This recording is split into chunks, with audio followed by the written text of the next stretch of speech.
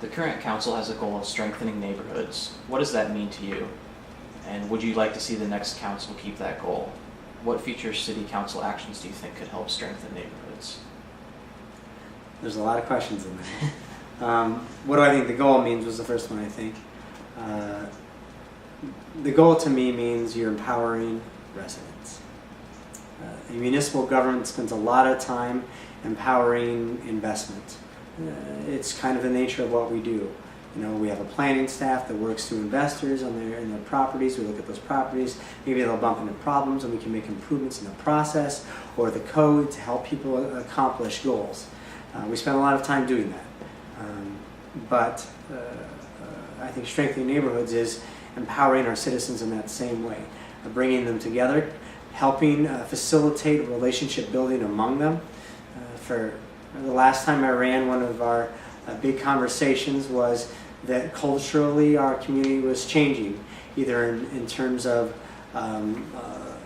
lifestyle or socioeconomic status. Culturally, the community was changing. We had this changing cultural face of Ames talk the whole community had together. We then had these community conversations, which all produced the United Ames, which is an organization meant to bring our community together. It's supporting endeavors like that that I view as strengthening neighborhoods. Obviously, making sure that we don't reward investment that slowly erodes neighborhoods one house at a time, rather than going through a real honest conversation about the future of areas, would be another way we can empower neighborhoods. There were a couple other questions in there. I don't know if I answered them with my answer. Would you like to see that goal stay in place? Absolutely.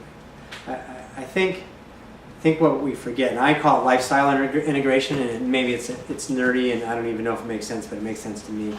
The more we come into contact with each other, and this isn't just the city of Ames, this is at the federal level, this is the state level, this is everywhere.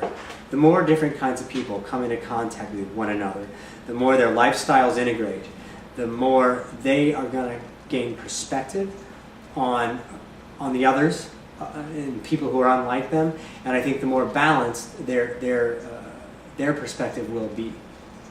And John Stuart Mill said that, and I'm paraphrasing because I don't remember if exactly, it might be accurate, but that he who knows little of the other side of an argument knows even less of his own.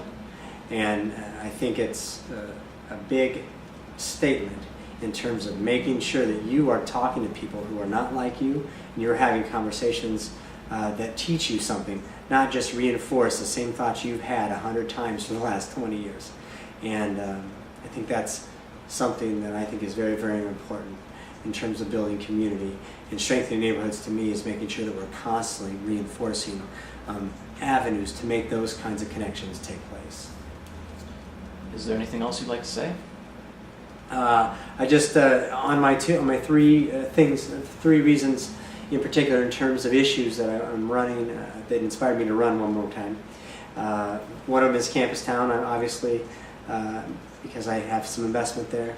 I love Campus Town. I'm excited that this council has taken an interest, and I hope they continue to. And I think Campus Town Action Association has worked really hard to be a presence there, create a presence there. And they're working, right now they're working on a survey that you can take in terms of what you think about Campus Town, what you'd like to see there. And they'll apply the findings of those surveys to hopefully future goals and visions for the area.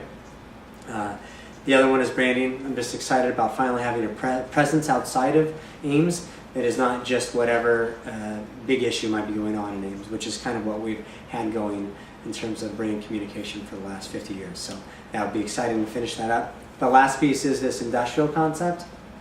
I just want to talk a little bit about that. Any tax subsidy, any tax handout that occurs to create a result, I think needs to come with expectations, and those expectations need to pay back the citizens of Ames for their investment. One of the things that the council is currently considering is a industrial park to the east, and this is a big departure from current philosophy in the city of Ames, in the sense that it would be leapfrogging a lot of property to make accessible property that's not adjacent to the city of Ames. It would use a strange technique called flag lots, to annex that property. The reason we haven't done those kinds of things in the past is because all of the infrastructure that goes across acres and acres of land costs the taxpayer money.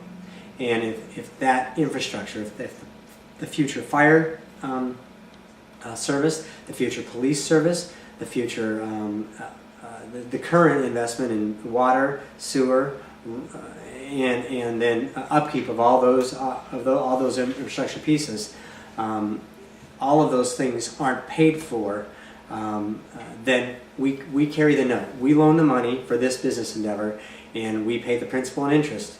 And slowly but surely that money comes back through possibly a TIF or a assessment district. But if that area doesn't grow quickly, we will hold that loan for a long time and pay that off for a long time on our own.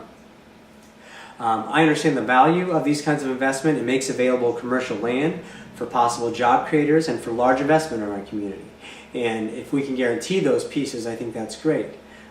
But I think in the past, we haven't been aggressive enough in guaranteeing a return on our investment, on taxpayer investment. These handouts have come with not enough back. Currently, we have a TIF park in this community. A TIF park is a subsidy to the development in that area. The first building is going up right now, and that building has some assessment value, that money will come back to the taxpayer. But it will be a dog kennel, and that kennel will not provide the kinds of jobs. It won't provide a lot of jobs for the physical investment that the taxpayers have made in the community, or the financial investment. So what I would like to see is that if this business park, any business park, is to take place, we do multiple things. We require a certain density in terms of development, so that we're not spending a lot of money to string sewer and water and services across just undeveloped land. That we require a certain amount of jobs for the parcels. So if someone wants to engage in a business activity that doesn't require very many jobs, they'll have to use other opportunities in terms of industrial property that isn't subsidized by the taxpayer. But for those who want to be involved in a subsidy, then I think that they need to show that they're going to bring a return. One of our big concerns is job creation, but these investments, these TIF parks or these infrastructure investments, we've been doing them in 50 years, and people aren't happy with the job growth that's created, so we need a new model. If we're not happy with what's happened before, we need to change what we're doing. The last piece is just that if we can't, that there are some plots that remain available for certain sizes. We talk a lot about not having size available, and we need to have a certain high expectation on big industrial lots that have large sizes, so that we're not just piecing them off into small uses and not getting nearly as much back for our investment as we could for a large use. So I think those things have to be discussed and have to be taken care of for a successful industrial park that pays the taxpayer back for the subsidy they've provided for that business investment. Anything else? That's it. All right, thanks. Thanks, Amy.